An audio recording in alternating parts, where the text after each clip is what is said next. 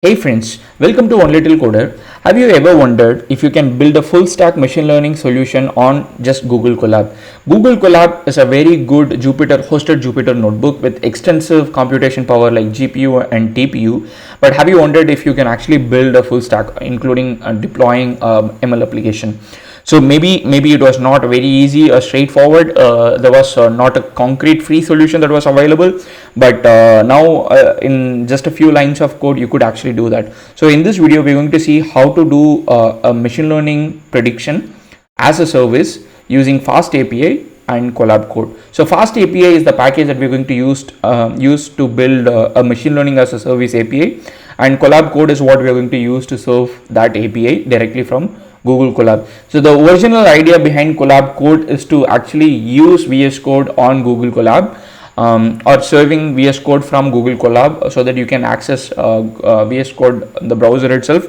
But now there is a latest update that the package creator Abhishek Thakur mentioned, which is you can actually serve Fast API app or any local host URL. You can securely tunnel it using ngrok without much dependencies. So that's what we're going to see how to do that.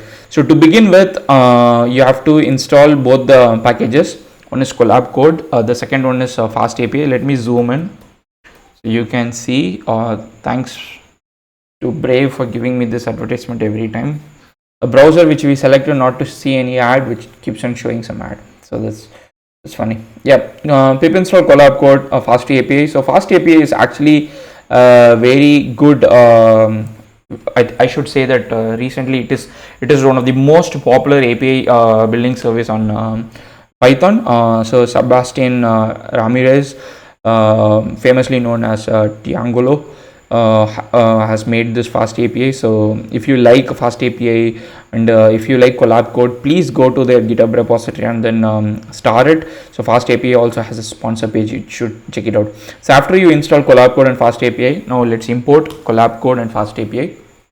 So after we import Colab Code and Fast API, the next step is now we need to define the Colab Code instance. So here we are defining the port number 12,000 for it. So let's define port number 12,000. So now at this point we are actually creating a very small lightweight Fast API app or API in this case, let's say. So it doesn't have any endpoint, just the root, and then we are just simply saying that hello world. That's it. So if you want async, you can keep it async, but you can just simply you're just going to display hello world.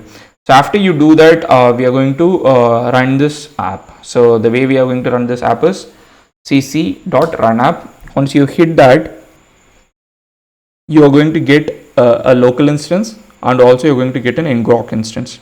This ngrok URL is temporary, and this is where your Fast API is getting served. The API that you built using Fast API is getting served. So let's open it and see what is it showing.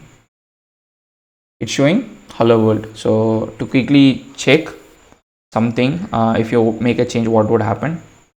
So let's go back and say like message welcome to, or I should actually put a CTA here.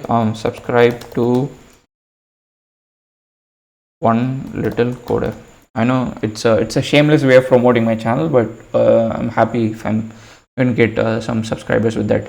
So now you run it again.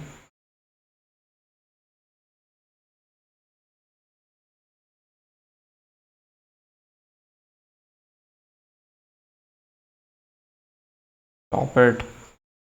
The good thing with Colab Code right now is if you have an account on ngrok, you can in fact use your authentication code to get a slightly more permanent URL. Otherwise the URL would keep on changing, but if you want that, you can actually do that. You can even register on free tier. So there is a free tier. So ngrok tunneling, let's click it.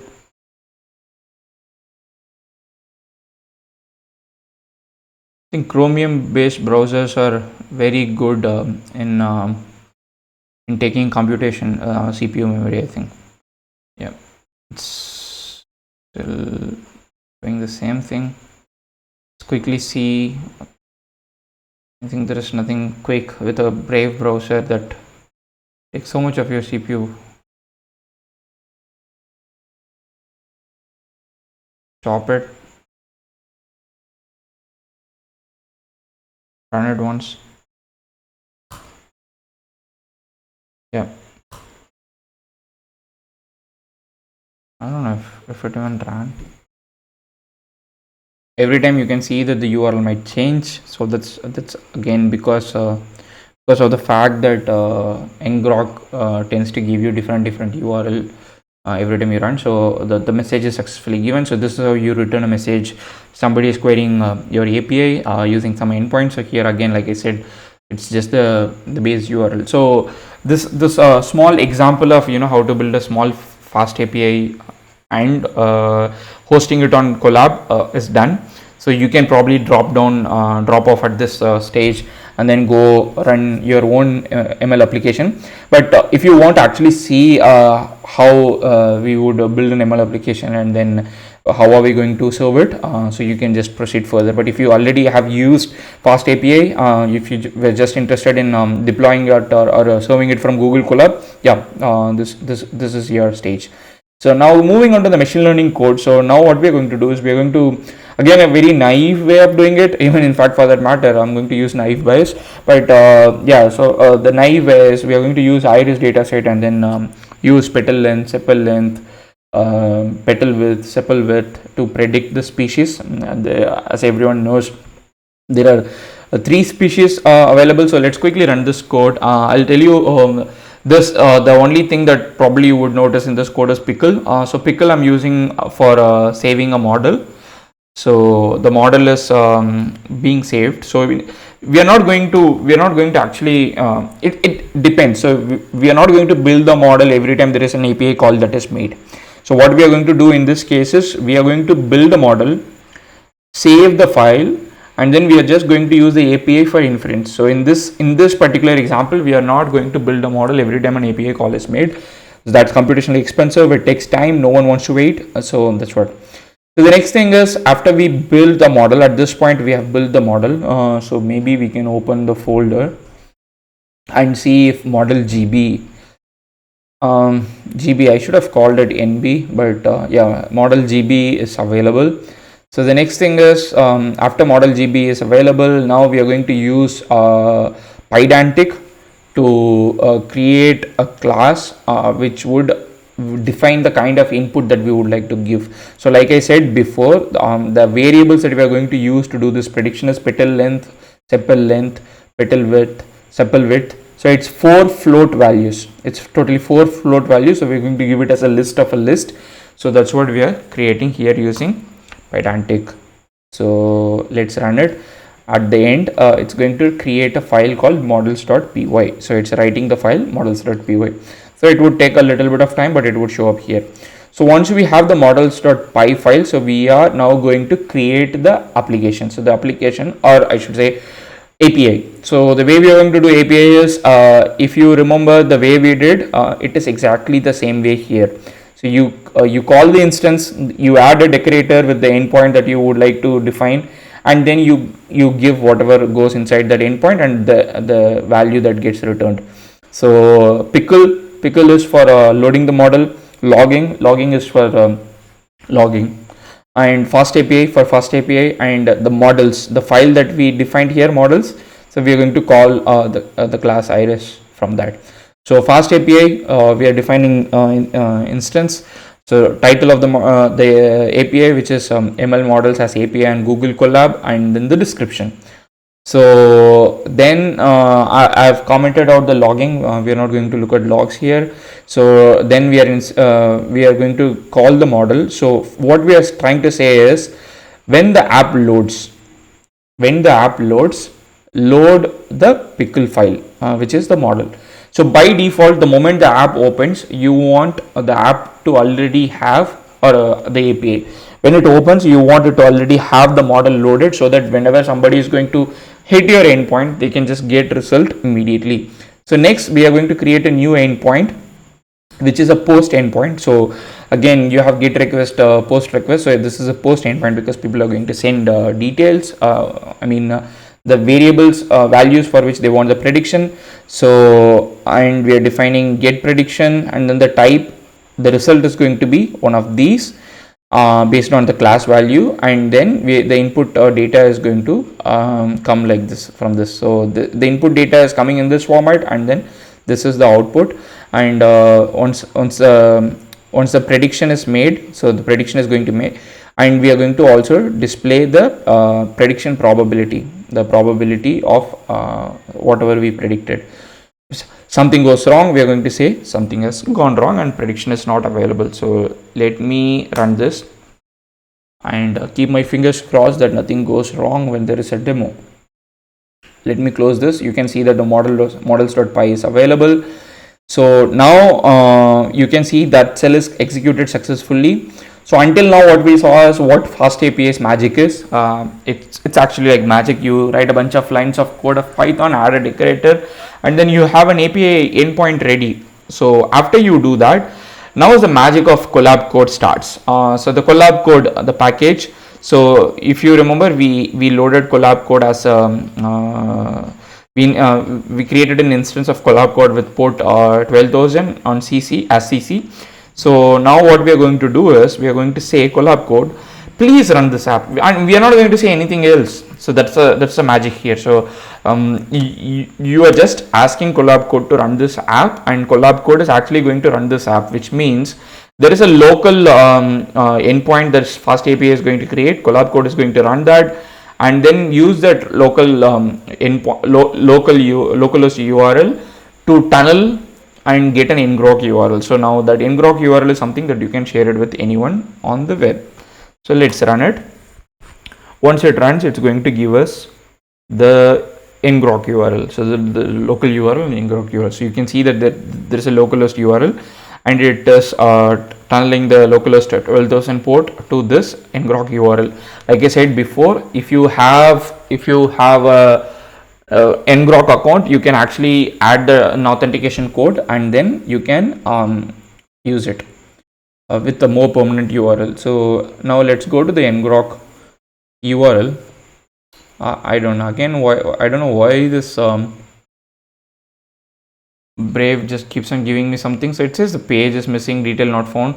So one thing that we need to note is in the root we have not defined anything. So let's go to an endpoint.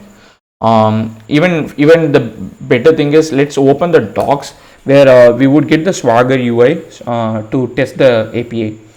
So if docs is opening fine, now we can assume that our API is working fine, at least not the prediction side, the API side. You can see ML models as API on Google Colab with FastAPI and Colab code is available, and we can click post, and then we would get a tryout button. Let's see. Yeah, so the API is the endpoint. It says if you want to try out, you can try it out. So when you give something, so how would you get the response you would see? So let's click try out. I'm not going to look for actual iris values because definitely this is not again something to do with machine learning. Here we are focusing on deploying ML solution on Colab with Colab code and FastAPI. So I'm going to skip that part and just give some arbitrary number that comes to my mind. 4.5, 1.5, 3.5, 2.5. You know, the worst thing is when I'm saying 2.5, I'm actually typing comma. Just shameful. But that's a mistake I've done. So let's execute it. Once you execute it, you can actually see how it in fact shows you how to run this data, which we can actually run on curl. So, but for time being, you can see the result. It says Virginica. And the reason it says Virginica is because of these probability values. So if you change the value, so let's say in this case we to do 1.5 and 3.5 here, and then execute it. Let's see if the prediction changes. It still says Virginica. That's bad. Let me give some weird. I don't know if the model is actually overfitting, and I don't even know why am I writing this again, because this is not the objective of this video. But yeah, quite interested in it. This Virginica again. So yeah, we should probably do a better cross validation and check the model. But the idea is that you can now run an API and then get the output. So while you might think, okay, this is something that this guy is doing on this browser, let's actually try out on local machine if you want to actually pass check the API. So because this API is hosted on internet and currently it is running, I try to open my terminal. It's taking ages.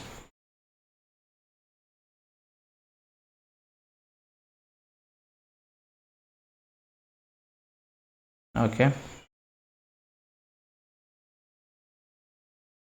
my machine CPU is definitely not in a very good state, I should say, but still, let's try one last time.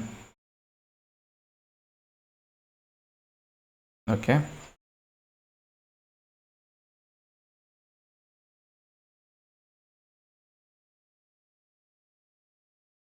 I've got my terminal. Let me quickly get it and paste it and run it. So I'm basically sending a curl request to this URL, I should say API endpoint, with these headers. So if you have got something like Postman, you can actually check it out. So Postman would probably help you check it out in a slightly better GUI. But in fact, this is not bad. The only thing is it doesn't seem to be executing. Let's quickly check what's happening. You can see that the result is available now. It takes a little bit time, but again, the understanding is that it's a free tier of ngrok, so of course you could see this delay happening, but again, the whole point is that you just build something on Google Colab. You can use CPU, GPU, TPU, whatever you want, and just with a couple of lines of code you actually turn that into a full stack machine learning service using fast API, and now you are serving that on ngrok URL using Colab Code's latest feature. So this is definitely a great addition for a lot of cases. So you could be a university student doing an assignment, or you could be somebody who is looking for a job and you're trying to do an assignment, or you could be trying out something new and you want to share it with the community for like probably for a day or so. But of course, remember the edge cases here. So Colab restarts, I think every 8 hour, or even the ngrok URL might change. So the best thing is to do is you actually take a Colab, sorry, ngrok free tier. I think the code would